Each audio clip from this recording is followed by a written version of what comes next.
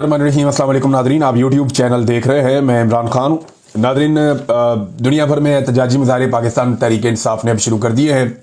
America से हमारे पास visuals आए हैं और वहाँ पे कासम सूरी साहब ने, उनके साथ शहबाज गिल साहब हैं, दीगर बहुत सारे लोग हैं, उन्होंने वहाँ पे एहतजाज किया।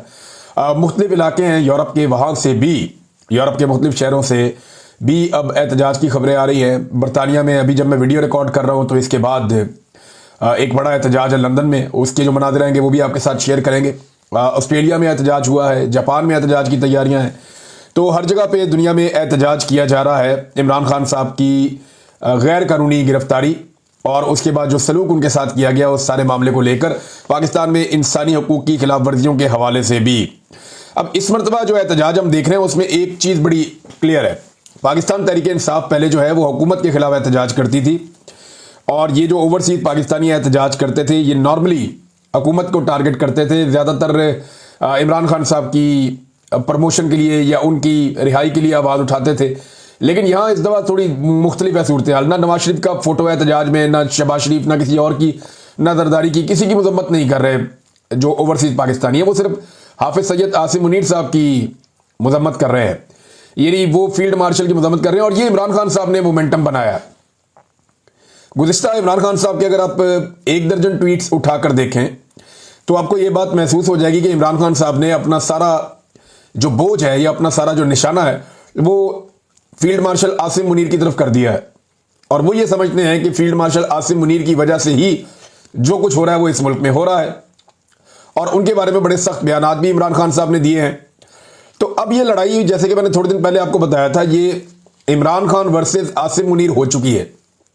ओवरसीज पाकिस्तानियों ने इस इशू को पिक कर लिया और इमरान खान साहब के पैगाम को समझा है और अब सारी की सारी फोटोज वो लेकर जाते हैं, या इमरान खान की या शहीद अरशद शरीफ की होती है कहीं पे, या पाकिस्तान तहरीक इंसाफ की एक छाप होती है, या हाफिज सैयद आसिम मुनीर साहब की फोटोज वो लगाते हैं और वो प्रोटेस्ट के लिए लगाते हैं कि इनकी वजह से ये सारा कुछ हो रहा है।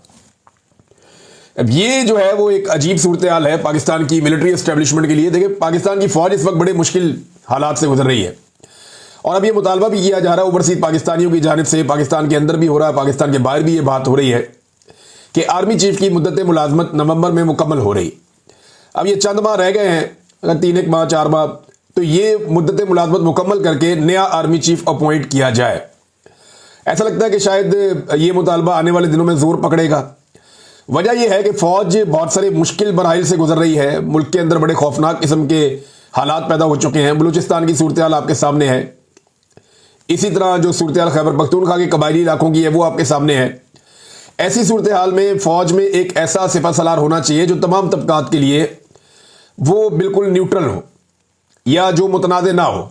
लेकिन आसिम मुनीर साहब जो है वो पाकिस्तान की सबसे बड़ी पॉलिटिकल पार्टी की नज़र में मुतनाज़ दिखाई देते हैं। उनके एहतजाजों के अंदर, देखिए, पाकिस्तान के अंदर तो लोग नहीं कर पाते ना, जो उनकी फोटो उठाएगा या उनके खिलाफ एहतजाज करेगा वो चाचा साजिद जैसा उसके साथ हाल हो जाएगा।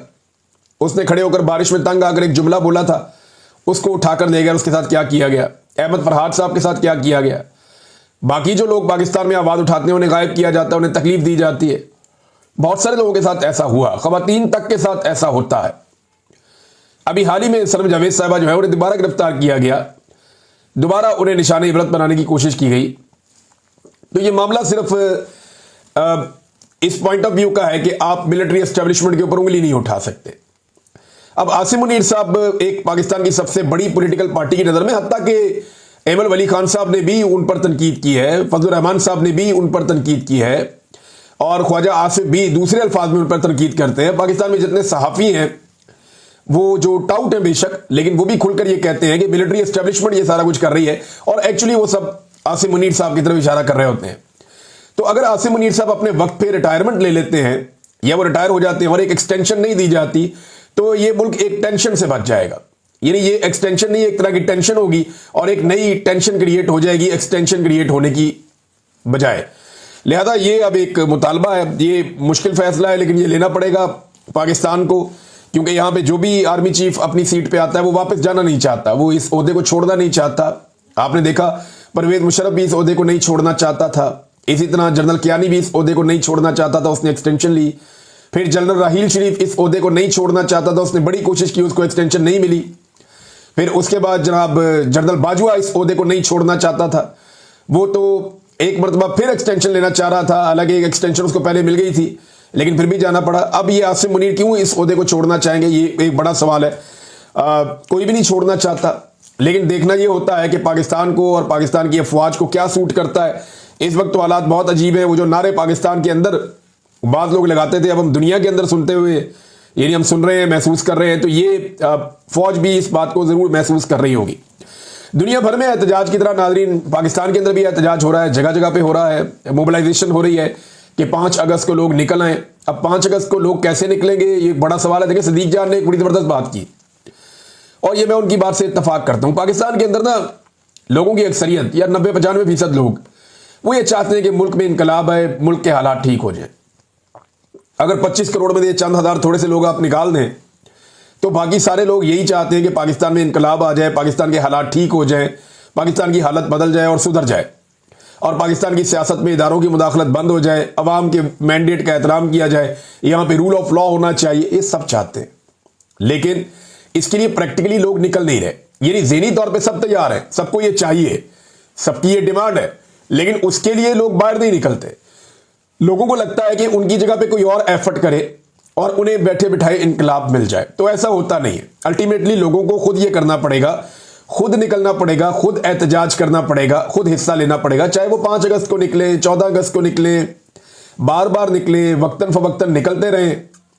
अब पाकिस्तान तहरीक इंसाफ ने जो जलसों की इजाज़त मांगी, उन्हें अभी तक जलसों की इजाज़त नहीं दी गई, क्योंकि पाकिस्तान की मिलिट्री एस्टेब्लिशमेंट इस बात को समझती है कि अभी भी अगर कोई बंदे इकट्ठे करने की एबिलिटी किसी सियासी जमात में है या किसी सियासी जमात के लिए लोग धड़ाधड़ खुद बाहर निकल आते हैं, तो वो पाकिस्तान तहरीक इंसाफ है। ज़रा सा मार्जिन आप देंगे और अमन अमान कायम करेंगे और तहरीक इंसाफ के साथ जुल्म और बर्बरियत बंद करेंगे, तो ये पूरे पाकिस्तान में निकलेंगे। ये मिलिटेंट्स तो हैं नहीं, ये आम पॉलिटिकल लोग हैं। अब नाजरीन, जो सरदार अब्दुल कयूम नियाज़ी साहब हैं आज़ाद कश्मीर से, पाकिस्तान तहरीक इंसाफ के रहनुमा, उनके छापे वापे मारे जा रहे थे। पूरी कोशिश की जा रही थी उनको गिरफ्तार किया जाए और उनको रोका जाए, क्योंकि उन्होंने वहां पे सफीर कश्मीर इमरान खान को रिहा करो के नाम से एक रैली निकालने का ऐलान किया था, लेकिन वो गिरफ्तार नहीं हुए और उसके बाद उन्होंने बड़ी तगड़ी रैली भी निकाली है। लोग बहुत बड़ी तादाद में उसके अंदर शामिल हुए, तो उन्होंने वो विजुअल शेयर भी किए हैं। नाज़रीन, इस वक्त जब ये बात हो रही है कि क्या आर्मी चीफ को अपनी मुद्दत मुलाजमत में तौसील लेनी चाहिए या उन्हें रिटायर होना चाहिए वक्त पर, तो एक खबर दी और वो खबर दी जनाब सुहेल बड़ाइच साहब ने। उन्होंने कहा जी फील्ड मार्शल के सदर बनने का प्रपोजल उनके पास मौजूद है। यानी हद नहीं हो गई कि ये मुल्क कोई आइन और कानून के मुताबिक चलता है या मजाक बना हुआ है। यानी फील्ड मार्शल आसिम मुनीर साहब के सदर बनने का प्रपोजल उनके पास, कौन है जी उनको प्रपोजल दे रहा है? यानी ये किसकी जरूरत है कि जाए और जाकर के आर्मी चीफ को कि आप बन जाए सदर पाकिस्तान? क्यों भाई? मुल्क में मार्शल लॉ, तो इमरान खान साहब तो आसिम लॉ कहते हैं इसको, लेकिन ये बनाना रिपब्लिक ही बिल्कुल बना दिया आपने। क्या जिसका दिल करेगा, जिस कुर्सी पे बैठने को वहां जाके बैठ जाएगा। पाकिस्तान के अंदर आप बलूचिस्तान के हालात देखें, जायरीन गुजर नहीं सकते सड़क पर से, गाड़ियां चलना बंद हो गई हैं बलूचिस्तान में, तमाम शाहराहों के ऊपर जो है वो लाकानूनियत है। आप खैबर पख्तूनख्वा में देखें, जगह जगह ऑपरेशन चल रहे हैं, कर्फ्यू का नाफिज किया गया है। अभी जो एक मीडिया रिपोर्ट आई, मैं देख रहा था, हरमीत सिंह साहब ने उसको शेयर भी किया, 500 खानदान अभी तक अपने घर बार छोड़कर जा चुके हैं। क्या खैबर पख्तूनख्वा के कबायली इलाकों के लोग कैंपों में ही रहेंगे और उनकी मादनियात, उनके वसाइल, उनकी सारी चीजें, उनकी जिंदगियां क्या वो ऐसे ही रुलती रहेगी? उन्हें कुछ नहीं मिलेगा। 500 खानदान जो है वो अभी नकल मकानी कर चुके हैं रिपोर्ट के मुताबिक, जबकि खैबर पख्तूनख्वा की हुकूमत ने कहा था ऐसा कुछ नहीं होगा। वहां कर्फ्यू लगा हुआ पूरे वजीरिस्तान में, जबकि खैबर पख्तूनख्वा की हुकूमत ने कहा था ऐसा कुछ नहीं होगा। जगह जगह ऑपरेशन हो रहा है, जबकि खैबर पख्तूनख्वा की हुकूमत ने कहा था ऐसा कुछ नहीं होगा। फवाद चौधरी साहब ने इसके ऊपर अपना एक स्टेटमेंट दिया और ये बड़ी, उन्होंने फवाद चौधरी साहब ने अक्लमंदी की बात की है। उन्होंने कहा जी खैबर पख्तूनख्वा में जारी दहशतगर्दी एक इंतहाई पेचीदा कबायली लड़ाई है, ये बलूचिस्तान से मुख्तलिफ है। इस कबायली झगड़े में मजहबी फिरका वारियत का अंसर भी शामिल हो गया है। पहले शिया सुन्नी तफरीक थी, अब सल्फी देवबंदी शिद्दत पसंद लड़ाई भी हो रही है। दुरानी कबीले सदियों से लड़ रहे हैं। यह पेचीदा मसला सिर्फ ताकत से हल नहीं होना, इसके लिए बहुत तफसीली पॉलिसी की ज़रूरत है। आपको पख्तून लीडरशिप के साथ, उनके साथ बैठना होगा, उन्हें साथ लेना होगा, मसले को समझें और मकामी जरगे तश्कील दें, जहां फिर ताकत इस्तेमाल करना होगी, मकामी आबादी की मर्जी और हमायत शामिल होगी। देखें, आप ताकत का इस्तेमाल करना चाहते हैं, लोगों को साथ लेकर चले, तब आपको कामयाबी मिलती है। माजी में आपको मिलती रही है। लेकिन जब लोग आपके साथ खड़े रहो और आप सिर्फ ताकत के बलबूते पे चीजें ठीक करना चाहें, तो आप लोगों से ताकतवर कभी नहीं हो सकते। ये पाकिस्तान की मिलिट्री एस्टेब्लिशमेंट के लिए खुला पैगाम।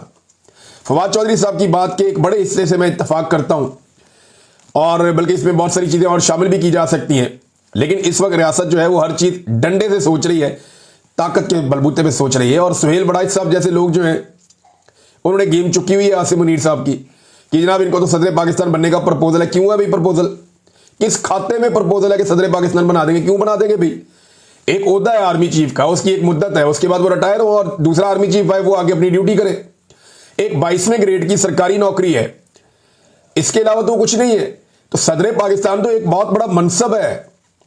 इससे पहले डिक्टेटर्स ने इस मनसब के ऊपर कब्जा किया था, जो गलत था, गैर आईनी था, गैर कानूनी था। यही काम मुशर्रफ ने किया, यही काम जो है वो ज़िया-उल-हक ने किया, यही काम जो है वो बाकी लोग करते रहे हैं। अयूब खान ने किया, याया खान ने किया। तो यही ज्यादती क्या पाकिस्तान के साथ फिर की जाएगी?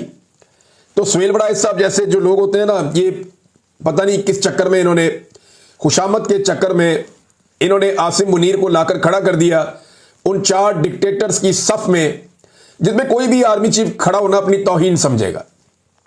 अगर कोई भी गैरतमंद आर्मी चीफ होगा ना, जिसके अंदर थोड़ी सी भी गैरत होगी, तो वो इन 4 डिक्टेटर्स की सफ में खड़ा होना पसंद नहीं करेगा और वो अपनी तौहीन समझेगा। लेकिन सुहेल बड़ाइच साहब ने खुशामद के चक्कर में आसिम मुनीर को लाकर उस सफ में खड़ा कर दिया है जहां इक्तदार परस्तों का पहले से नाम मौजूद है। अब मैं नाज़रीन में आपको बता रहा था कि पाकिस्तान के हालात ये है। इन हालात के बावजूद पाकिस्तान का जो वजीर दाखिला है, यानी जो बलूचिस्तान में हो रहा है, जो खैबर पख्तूनख्वा में हो रहा है, मैंने आपको बताया, पाकिस्तान का जो वजीर दाखिला है वो इस वक्त इन हालात के बावजूद फ्लोरिडा में, अमेरिका में, जनाब वो तस्वीरें वीडियोज आ रही हैं कि वहां पे क्रिकेट के ऊपर सीजन चल रहे हैं और उसके ऊपर डिस्कशन चल रही हैं। ये चल रहा है नाज़रीन पाकिस्तान में। यानी पीसीबी का ओहदा जनाब को पसंद है और आर्मी चीफ से करीबी ताल्लुक होने की वजह से वजारत दाखिला का ओहदा भी मिला हुआ है। ना वजारत दाखिला ठीक चल रही है, ना क्रिकेट ठीक चल रही है। दोनों चीजों का बेड़ा गर्क कर दिया पकड़ के। पाकिस्तान जो है वो 9वें नंबर पे टेस्ट क्रिकेट के अंदर इस वक्त, और असल क्रिकेट तो टेस्ट क्रिकेट है ना, जहां पे आपकी स्ट्रेंथ का पता चलता है, 9वें नंबर पर पाकिस्तान पहुंचा हुआ। नाज़रीन, लकी मरवत वाले इंसिडेंट पे मुराद सईद साहब का भी स्टेटमेंट आया और वो ये कह रहे हैं, एक सवाल उन्होंने उठाया और बात बिल्कुल ठीक है, कि क्या लकी मरवत में शहीद होने वालों को भी दहशतगर्द डिक्लेयर कर दिया जाएगा, या एक दफा फिर कहा जाएगा कि गोला दुश्मन मुल्क या दहशतगर्दों ने फायर किया था। व्हाट्सएप मीडिया फिर लकी मरवत के शोहदा को किसी के खाते में डाल देगा, फिर लाशों पर बयानियां बनाया जाएगा। आपको कहा था ना कि ड्रोन, मार्टर और गोला ये सब बड़े समझदार हैं, ये सिर्फ मासूम पाकिस्तानियों के घरों पर ही गिरते हैं, क्योंकि यही हमारा तजर्बा है। ऐसे ही मार्टर गोलों की बारिश हमारे गांव पर भी हुई थी, जिससे एक दिन में कई जनाजे उठे थे। लेकिन रात को टीवी पर खबरें चली थी कि दहशतगर्दों के ठिकानों पर हमले, मुतअद्दिद हलाक। हालांकि उस दिन एक भी दहशतगर्द ना मरा, ना उनका ठिकाना निशाना बना, बस हम पर ही क़यामत गिराई गई। वो 2008 था। आज 18 साल बाद भी वही प्लेबैक हो रहा है। इनके मुंह को खून लग चुका है। अगर रोजाना जनाजे नहीं उठेंगे तो इनको चैन ही नहीं आता। मकसद खौफ पैदा करना, अमन के एहतजाज रोकना, फिर ऑपरेशन की ख्वाहिश पूरी करके रेलिवेंट रहना और उसकी आड़ में वसाइल पर कब्जे करके कमिटमेंट पूरी करना है। मगर इस बार ऐसा नहीं होगा। कौम का शक तो उस वक्त दूर हो गया था जब हमने नई जंग की मनसूबाबंदी के वक्त से इसको एक्सपोज किया। मुराद सईद वो आदमी है जिसने 2022 में रोला डाल दिया था कि पाकिस्तान की मिलिट्री एस्टेब्लिशमेंट दहशतगर्दों को अफगानिस्तान से पाकिस्तान में ला रही है। और फिर मुराद सईद के रोला डालने के बाद मालाकंड के अवाम खड़े हो गए, इतना एहतजाज किया कि उस वक्त की हुकूमत को मजबूर होकर उन दहशतगर्दों को वापस भेजना पड़ा और वो तालिबान पहाड़ों के ऊपर से फिर वापस गए। फिर टारगेट किलिंग भी इसके बाद शुरू हो गई। मुराद सईद को धमकियां भी दी गई। तो मामला तो मुराद सईद ने उस वक्त खोल दिया था। और शानदाना गुलजार ने बताया कि एक्चुअली ये जनरल बाजवा का एक प्लान था, जिसके तहत वो पाकिस्तान तहरीक इंसाफ को क्रश करना चाहते थे कि 3 साल के लिए तालिबान ले आओ खैबर पख्तूनख्वा में, ताकि तहरीक इंसाफ खत्म हो जाए, इनकी मकबूलियत खत्म हो जाए या इनके लिए मुश्किलात पैदा हो जाएं। अब नाज़रीन, मियां नवाज शरीफ साहब ने अपने एक बाएतमाद साथी अताउल्लाह कासमी साहब को मैदान में उतारा है। ये जनाब बहुत सारे ओहदे पहले रख चुके हैं, बहुत सारी मुराद पहले ले चुके हैं, मगर अब भी शायद खूब से खूब तर की तलाश में है। कासमी साहब ने मियां साहब के किरदार, मियां साहब की दयानतदारी, उनके अजीम अफकार, इन पर जमीन आसमान के कलाबे मिला दिए हैं। और यहां तक कि नवाज शरीफ पर करप्शन का कोई इल्जाम जो है वो कोई बददयानत ही लगा सकता है, ये भी कासमी साहब ने कहा। और यह भी कहा कि मैं उन्हें बहुत ऊंचे मुकाम पर देखता हूं। शराफत और अजमत का पैकर मियां साहब को उन्होंने करार दे दिया। ये जितनी तारीफें की है ना ताउलक कासमी साहब ने, मुझे ऐसा लगता है कि शायद अब वो निशाने हैदर के चक्कर में है कि उन्हें अब निशाने हैदर मिल जाए, जितनी वो तारीफें इस वक्त कर रहे हैं मियां नवाज शरीफ साहब की। देखिए ना, नवाज शरीफ साहब और इमरान खान साहब में इस वक्त फर्क क्या है हुआ? वो 3 दफा का वजीर आजम है, इमरान खान सिर्फ 1 दफा वजीर आजम बने हैं। फर्क यह आया हुआ है कि इमरान खान को, जो पहला शख्स है इमरान खान, उसे अवाम से दूर कर दिया गया है, और दूसरा शख्स है नवाज शरीफ, जिससे अवाम दूर हो गई है। यानी एक को अवाम देख नहीं सकती और दूसरे को देखना नहीं चाहती। एक की आवाज अवाम सुन नहीं सकती, आवाज बंद कर दी गई है। दूसरे की आवाज अवाम सुनना नहीं चाहती, अवाम कहती है कि बंद करो आवाज। एक की तस्वीर नौजवान अपने हाथों से बनाते हैं, सड़कों के ऊपर, दीवारों के ऊपर अवामी फील्ड मार्शल लिख रहे हैं, और आर्टिफिशियल इंटेलिजेंस से उसकी तस्वीर बनाते हैं, क्योंकि उसकी तस्वीर अवेलेबल नहीं है पिछले 2 साल से। जबकि दूसरे की टीम दिन रात उसकी तस्वीर को फोटोशॉप करती रहती है कि ये वाली झुड़ियां छुपा दें, गले वाली झुड़ियां छुपा दें, तो ये कर दें, वो कर दें। वो बेचारी इस चक्कर में उनकी टीम जो है वो टाइम जाया करती रहती है। एक जो है वो इस वक्त अवामी फील्ड मार्शल बना हुआ है, और दूसरा जो है वो इस वक्त फील्ड मार्शल की गुलामी कर रहा है। कितना फर्क है दोनों में, और ये फर्क मियां साहब ने अपनी हरकतों से डाला है। अब जितने मर्जी अपने साथियों को कहें कि मियां साहब की गेम चुक के रखो, अब जितना मर्जी मियां साहब सबको ये कहें कि आप मेरी तारीफें करो, क्योंकि मियां साहब को रीलॉन्च करने की तैयारी हो रही है। कभी मरियम नवाज फोटो लगाती हैं, कभी कोई सहाफी कॉलम लिख देता है, कभी कोई आकर बोलता है कि मियां साहब इस वक्त मसाइल का हल है, कभी कोई आकर कहता है कि नवाज शरीफ साहब के पास सबको चलकर जाना पड़ेगा। क्यों भाई? मियां साहब को उनके हल्के में लोग वोट नहीं डाल रहे, सारे चल के मियां साहब। ओ, मियां साहब की कहानी खत्म हो गई। मियां साहब पाकिस्तान की एक पॉलिटिकल हकीकत थे, वो दोबारा पॉलिटिकल हकीकत बन सकते हैं। मैं आपको ये भी बताऊं, अगर मियां साहब अपनी जात से बाहर निकलकर सोचना शुरू कर दें। आज अगर अपने खानदान से बाहर निकला है मियां साहब, और वो ये सोचना शुरू कर दें कि उन्होंने पाकिस्तान में जमहूरियत के लिए कुछ करना है, तो शायद मियां साहब की वापसी हो सकती है। लेकिन जिस रास्ते पे मियां साहब चल रहे हैं, इसमें सिर्फ गुमनामी है और कुछ नहीं। नाज़रीन, मिनिस्टर कॉलोनी में एक बंगला नंबर 36 है, उसकी तज़ीन और आराइश के लिए 4 करोड़ 36 लाख रुपए का बजट जारी कर दिया गया। यह है हुक्मरानों के अलल्ले तलल्ले। आप अंदाजा कीजिए कि जिस वक्त पाकिस्तानी भूखे हैं, जिस वक्त किसान को पानी नहीं मिल रहा, और इस वक्त कितनी बारिश हुई है, उसके बावजूद मंगला और तरबेला में पानी की कमी है। जो खरीफ की फसल आ रही है उसके लिए पानी की 25% पाकिस्तान में कमी है। यानी हमारी फसलें दोबारा से पानी की किल्लत की वजह से मुतासिर होंगी। हालांकि टका के बारिश हुई है पाकिस्तान में, इसके बावजूद आप वाटर स्टोरेज आपके पास है ही नहीं, आप काम कर ही नहीं सकते, आप पानी रोक ही नहीं सकते। और जो मंगला और तरबेला आपके पास हैं, इतने सारे सैलाब आने के बावजूद वहां पे भी पानी कम है। मंगला की कैपेसिटी से 40% पानी इस वक्त कम है, और इसकी एक वजह पाकिस्तान और भारत का तनाव है, क्योंकि भारत अब पाकिस्तान का पानी लगातार रोक